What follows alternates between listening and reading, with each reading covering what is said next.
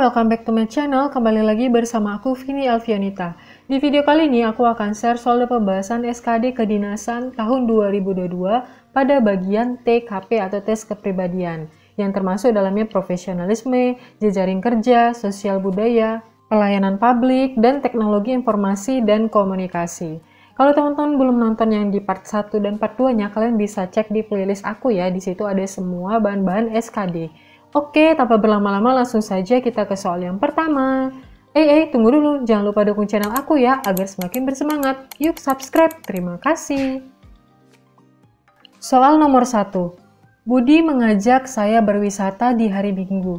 Padahal saat itu saya harus segera menyelesaikan tugas dari kantor yang akan diperlukan di hari Senin. Yang saya lakukan terhadap ajakan Budi adalah A. Menolak dengan tegas, B. Menolak dengan memberi pilihan untuk pergi di hari yang lain, C. Menerima ajakan Budi dengan berat hati, D. Menerima tanpa menyelesaikan pekerjaan kantor, E. Menerima namun hanya sebentar saja lalu segera kembali menyelesaikan pekerjaan kantor. Yang kita bahas ya teman-teman. Yang A. Menolak dengan tegas. Ini berarti kita meninggalkan hubungan sosial ya teman-teman. Ini kan Budi mengajak kita berwisata, berarti kita sudah berteman dekat dengan si Budi. Kalau kita menolak, itu berarti kita meninggalkan hubungan sosial dengan si Budi ini. Kalau yang B, menolak dengan memberi pilihan untuk pergi di hari lain, ini kita simpan dulu. Yang C, menerima ajakan Budi dengan berat hati, ini salah ya teman-teman, ini tidak sesuai, berarti kita tidak jujur dengan keadaan yang sebenarnya. Yang D, menerima tanpa menyelesaikan pekerjaan kantor, ini juga tidak betul ya teman-teman. Ini berarti kita melepas tanggung jawab, ini kita nggak bertanggung jawab ya teman-teman akan pekerjaan kantor. Yang E, menerima namun hanya sebentar saja, lalu segera kembali menyelesaikan pekerjaan kantor. Ini jawaban yang tepat adalah yang E ya teman-teman, ini poin yang paling tinggi, karena dia bisa membagi waktu dengan baik gitu. Menerima ajakan Budi dan segera menyelesaikan pekerjaan kantor setelah berwisata di hari Minggu. Next, kita lanjut ke soal nomor 2. Anda adalah ketua bidang kewirausahaan di sebuah organisasi. Pada suatu hari, Anda ditegur oleh pimpinan karena ada program-program yang belum terlaksana sampai pada akhir periode kepengurusan. Maka yang akan Anda lakukan adalah A. Mencari alasan agar tidak dimarahi, B. Menerima risiko, C. Meminta maaf pada jajaran kepengurusan, D. Meminta maaf dan segera mengurus kelanjutan programnya, E. Mengatakan bahwa program yang harus Anda kerjakan sangat banyak sehingga membutuhkan waktu yang lama. Ini nggak cocok ya teman-teman, ini berarti kita mengeluh akan pekerjaan itu. Ini meminta maaf pada jajaran pengurusan, yang C. Meminta maaf pada jajaran. Ini juga kurang tepat ya teman-teman. Kalau meminta maaf saja tapi tidak ada yang diperbuatnya, yaitu sama aja dengan nol gitu. Ini menerima risiko, ini juga tidak ada solusinya. Yang A, mencari alasan agar ini juga tidak tepat. Jawaban yang paling tepat itu adalah yang D, meminta maaf dan segera mengurus kelanjutan programnya. Berarti ada dua tindakan yang dilakukannya. Dia meminta maaf, kemudian dia mencari solusinya. Next, kita lanjut ke soal nomor 3. Ini soal jejaring kerja ya teman-teman. Saya adalah seorang teknisi pada sebuah perusahaan teknologi terkemuka. Suatu hari terjadi kerusakan mesin yang sangat vital pada kantor cabang kami dan harus diselesaikan dengan segera. Padahal saat itu saya sedang mengerjakan perbaikan pada mesin kantor lain yang jaraknya sangat jauh. Maka saya akan A. Meminta kantor untuk menugaskan teknisi lain yang sedang tidak melakukan pekerjaan. B. Segera menyelesaikan pekerjaan saya dan menuju ke sana untuk memperbaikinya. C. Menuju ke sana untuk memperbaikinya dengan segera. D. Menuju ke sana untuk memperbaikinya dan meminta teman untuk menyelesaikan pekerjaan yang sedang saya kerjakan saat ini. E. Menghubungi rekan teknisi yang dekat dengan lokasi mesin dan memintanya untuk memperbaikinya. Jawaban yang paling tepat itu adalah yang E ya teman-teman. Karena kan di sini apa? Karena di sini suatu hari terjadi kerusakan mesin yang sangat vital. Berarti dia tahu rekan yang sama dengan dia yang teknisnya bagus untuk mengatasi kerusakan mesin yang vital ini teman-teman, dan lokasi mesin kerusakannya itu sangat dekat dengan si rekannya itu tadi. Gitu ya teman-teman. Kalau teman-teman punya jawaban yang berbeda dariku, kalian bisa komen di bawah ya. Next, kita lanjut ke soal nomor 4. Ini masih soal jejaring kerja. Soal nomor 4, dalam rangka merayakan ulang tahun anak rekan kerja Anda yang sangat dekat dengan Anda, rekan Anda mengundang dan meminta Anda untuk datang ke acara ulang tahun anaknya yang diadakan besok malam di sebuah restoran cepat saji yang tidak jauh dari tempat tinggal Anda. Padahal Anda sendiri sangat tidak menyukai anak-anak. Maka yang Anda lakukan adalah A. Menelepon dan memohon maaf karena tidak akan hadir dan memberi kado di lain kesempatan. B. Hadir sebentar saja kemudian memberikan kado dan segera pulang untuk menghargai undangannya. C. Datang dengan ekspresi yang tidak menyenangkan karena banyak anak-anak. Ini langsung kita blacklist saja teman-teman. Yang D. Datang dan memberi kado serta mengikuti acara sampai selesai. E. Tidak datang tanpa konfirmasi apapun karena jika datang Anda akan merasa sangat terganggu dengan keberadaan anak-anak. Ini juga langsung kita blacklist. Yang A. Menelpon dan memohon maaf karena tidak hadir dan memberi kado di lain kesempatan. Ini udah salah ya teman-teman. Menelpon dan meminta maaf ini boleh lah, cuman kalau memberi kado di lain kesempatan, ulang tahunnya kan di saat itu, kenapa di lain kesempatan? Kalau bisa datang dan memberi kado serta mengikuti acara sampai selesai. Jawaban yang tepat itu adalah yang D. Ini poin yang paling tinggi ya teman-teman. Next, kita lanjut ke soal nomor 5. Anda adalah seorang pegawai di suatu perusahaan. Di kantor Anda meminta para pegawainya untuk mengisi laporan harian kegiatan secara online melalui aplikasi yang sudah dibuat oleh perusahaan. Namun Anda sering di lapangan dan membuat terkadang pengisian laporan harian kegiatan terkendala oleh sinyal. Bagaimana tindakan Anda? A. Meminta teman yang berada di lokasi memiliki sinyal bagus untuk mengisi laporan harian kegiatan milik Anda. B. Meminta kelonggaran pada atasan untuk membuat laporan harian kegiatan secara manual. C. Berusaha mencari tempat dengan sinyal baik untuk dapat mengisi laporan kegiatan harian. D. Saat Anda berada di lapangan dan memiliki sinyal kurang baik, maka Anda menunda pengisian laporan harian kegiatan keesokan harinya. E. Meminta kelonggaran pada atasan untuk mempertimbangkan kebijaksanaan pembebasan pengisian laporan kegiatan harian bagi pegawai lapangan karena pekerjaan dapat dilaksanakan lebih efektif dan efisien. Jawaban yang paling tepat itu adalah yang C ya teman-teman. Berusaha mencari tempat sinyal baik untuk dapat mengisi laporan kegiatan harian. Nah, kalau yang A ini meminta teman yang berada di lokasi, ini berarti ini kurang tepat ya teman-teman. Berarti kita bergantung kepada orang lain. Sedangkan di sini dibuat ini adalah mengisi laporan harian. Berarti laporan yang setiap hari yang akan dilakukan pada aplikasi tersebut. Berarti kita harus berusaha nih mencari tempat. Jangan terus-terusan kita minta tolong sama teman yang sinyalnya bagus untuk mengisi laporan harian kita gitu. Kalau yang D ini, kalau yang B ini meminta kelonggaran pada atasan, ini juga kurang pas ya teman-teman. Kegiatan secara manual, sedangkan di perusahaan sudah membuat laporannya itu melalui aplikasi secara online. Yang D, saat Anda berada di lapangan memiliki sinyal yang kurang baik, ini juga kurang pas, menunda pengisian laporan. Kurang tepat. Yang E, meminta kelonggaran karena dia pegawai lapangan, ini juga kurang pas ya teman-teman. Kita lanjut ke soal nomor 6.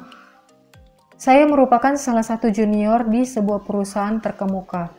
Pada era sekarang ini, perusahaan mengharuskan merubah sistem kerja menggunakan IT, mulai dari pengiriman surat, komunikasi dengan pihak lain untuk bekerja sama, dan aktivitas lainnya yang dapat dijalankan dengan IT.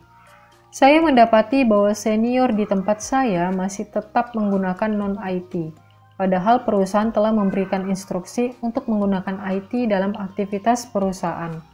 Apa yang Anda lakukan? Nih ya, teman-teman ini adalah salah satu junior di perusahaan. Kemudian perusahaan ini mengharuskan kita merubah sistem kerja, harus menggunakan IT, baik apapun itu, gitu ya teman-teman. Dan teman-teman melihat senior teman-teman itu masih menggunakan non-IT. Padahal perusahaan telah memberikan instruksi untuk menggunakan IT. Bagaimana sikap teman-teman? Nah, kita lihat yang A. Memberikan penjelasan kepada senior tersebut bahwa perusahaan mengharuskan pengguna IT dalam aktivitas perusahaan. Ini kita simpan dulu. Yang B. Memberikan penjelasan kepada senior dan mengajarkannya tentang IT. Ini kita simpan dulu. Yang C. Membantu senior dalam bekerja yang mengharuskan penggunaan IT jika tidak sibuk. Ini kurang tepat ya teman-teman. Yang D. Biarkan saja sampai senior tersebut merasa, ini juga ya teman-teman, berarti tidak peduli. Yang E, karena IT diperlukan seharusnya senior mawas diri. Jawaban yang paling tepat itu adalah yang B ya teman-teman, memberikan penjelasan kepada senior dan mengajarkannya tentang IT. Berarti ini ada dua tindakan yang dilakukan, tindakan yang positif, memberikan penjelasan kepada senior dan mengajarkannya. Itu ya teman-teman. Next kita lanjut ke soal nomor 7. Yang tadi jawabannya yang B. Soal nomor 7. Seorang tamu merasa puas dengan pelayanan yang saya berikan dan ingin memberikan uang dengan nilai yang sangat menggiurkan kepada saya. Padahal peraturan kantor tidak memperbolehkan hal tersebut. Saya akan A. menerimanya dan akan membaginya dengan teman di ruangan saya. B. menolaknya, namun apabila memaksa saya akan terima. C. memintanya untuk memberikan di luar kantor karena tidak enak dengan teman yang lain. D. menerimanya untuk kemudian disampaikan kepada atasan. E. menolak dengan halus dan memberitahukan tentang peraturan kantor. Jawaban yang paling tepat itu adalah yang E ya teman-teman. Ini berarti kita di kantornya tidak boleh menerima adanya gratifikasi. Kalau yang A ini menerima akan membaginya dengan teman, ini sama aja kita memperbolehkan adanya gratifikasi ya teman-teman. Kalau yang B menolaknya, namun apabila memaksa, ya ini nggak boleh juga. Yang C memintanya untuk memberikan di luar, ini juga nggak boleh ya teman-teman. Yang D menerimanya untuk kemudian disampaikan kepada atasan. Ngapain disampaikan kepada atasan? Karena kan udah jelas peraturan kantor itu tidak diperbolehkan. Soal nomor 8. Seorang tamu datang untuk meminta pelayanan, tetapi dia tidak membawa syarat-syarat yang lengkap. Padahal dia datang dari tempat yang sangat jauh. Sikap Anda adalah A. menolak dan memintanya kembali saat syarat-syarat sudah lengkap. B. melihat syarat-syarat apa yang kurang, barangkali masih bisa diberikan pelayanan. C. berkonsultasi dengan atasan untuk melihat apakah ada kebijakan untuk diberikan pelayanan. D. langsung memberikan pelayanan karena kurangnya syarat adalah hal yang biasa. E. langsung memberikan pelayanan karena kasihan dia sudah datang dari jauh. Yang E kurang tepat. Yang D langsung memberikan pelayanan karena kurangnya syarat. Ini kurang tepat. Yang C berkonsultasi dengan atasan. Ini kita simpan dulu ya teman-teman. Yang B melihat syarat-syarat apa yang kurang, barangkali masih bisa diberikan pelayanan. Ini kita simpan. Yang A menolak dan memintanya kembali. Ini juga nggak tega juga ya teman-teman. Jawaban yang paling tepat itu yang paling tinggi adalah yang C ya.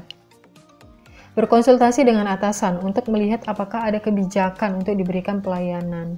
Apakah syarat-syarat yang dia bawa yang kurang lengkap itu masih bisa untuk diatasi gitu ya teman-teman. Next kita lanjut ke soal nomor 9. Saya memiliki rekan-rekan baru yang latar belakang pendidikannya ternyata berbeda dengan saya. Dan saya merasa A. sebagian orang menerima saya jika saya dapat mengikuti aturan dalam kelompok. B. perlu berhati-hati akan apa yang bisa saya katakan atau saya perbuat di dalam kelompok kerja. C. benar-benar aman menjadi diri sendiri dan saya tidak pernah berkonflik dengan anggota. D. tidak pernah menjadi diri sendiri dalam kelompok kerja. E. tidak cukup berani untuk menjadi diri sendiri dalam kelompok kerja. Ini udah jelas ya teman-teman, jawabannya itu adalah yang C. Ini jawaban yang paling tinggi. Benar-benar aman menjadi diri sendiri dan saya tidak pernah berkonflik dengan anggota. Berarti tidak pernah mencari masalah dengan yang berlatar belakang pendidikan yang berbeda dengan dia. Gitu. Berarti dia menerima Bhinneka Tunggal Ika. Next kita lanjut ke soal nomor 10. Ini soal yang terakhir. Siang ini Anda menerima panggilan untuk proses rekrutmen pada sebuah perusahaan. Ketika Anda berangkat untuk mengikuti rekrutmen tersebut, di tengah perjalanan Anda melihat kerumunan orang di pinggir jalan dan ternyata telah terjadi kecelakaan dengan korban tabrak lari. Sedangkan Anda harus segera sampai di perusahaan untuk memulai seleksi. Melihat kondisi seperti ini, maka sikap Anda, berarti ini teman-teman ada proses seleksi, kemudian teman-teman di jalan melihat ada orang yang kena korban tabrak lari. Apa yang harus teman-teman lakukan gitu ya kan? Yang A, tetap melanjutkan perjalanan untuk tepat waktu mengikuti tes pekerjaan. B, mengabaikannya karena harus mengikuti tes yang akan dimulai sebentar lagi. Yang C, mengejar pelaku tabrak lari dan memintanya untuk bertanggung jawab atas perbuatannya. Ini kurang pas ya teman-teman. Yang D, tetap melanjutkan perjalanan setelah yakin ada orang yang menolong. E, menolongnya kemudian membawanya ke rumah sakit atau kantor polisi. Jawaban yang paling tepat itu secara profesionalismenya ini adalah yang A ya teman-teman. Tetap melanjutkan perjalanan untuk tepat waktu mengikuti tes pekerjaan. Karena kalau misalnya kita tidak menolong, bukan berarti kita nggak peduli ya teman-teman dengan sekitar. Tetapi dalam soal ini kan sudah ada ya nih. Di tengah perjalanan Anda melihat kerumunan orang, berarti sudah banyak orang yang di situ, yang dimana sudah mengindikasikan bahwa korban tidak akan dibiarkan begitu saja dan kemungkinan sudah ada yang menolongnya, gitu ya teman-teman. Oke, terima kasih teman-teman sudah menonton. Segitu dulu untuk soal dan pembahasan di TKP di part 3 ini. Semoga teman-teman semua lulus dan masuk ke sekolah kedinasan impian teman-teman semuanya. Amin. Kalau kalian suka silahkan like, kalau ada pertanyaan, ide, tanggapan, atau saran silahkan komen di bawah ya. Dan jangan lupa untuk dukung channel aku dengan cara like, comment, share, dan subscribe. Terima kasih banyak, sampai jumpa di next video. Bye-bye.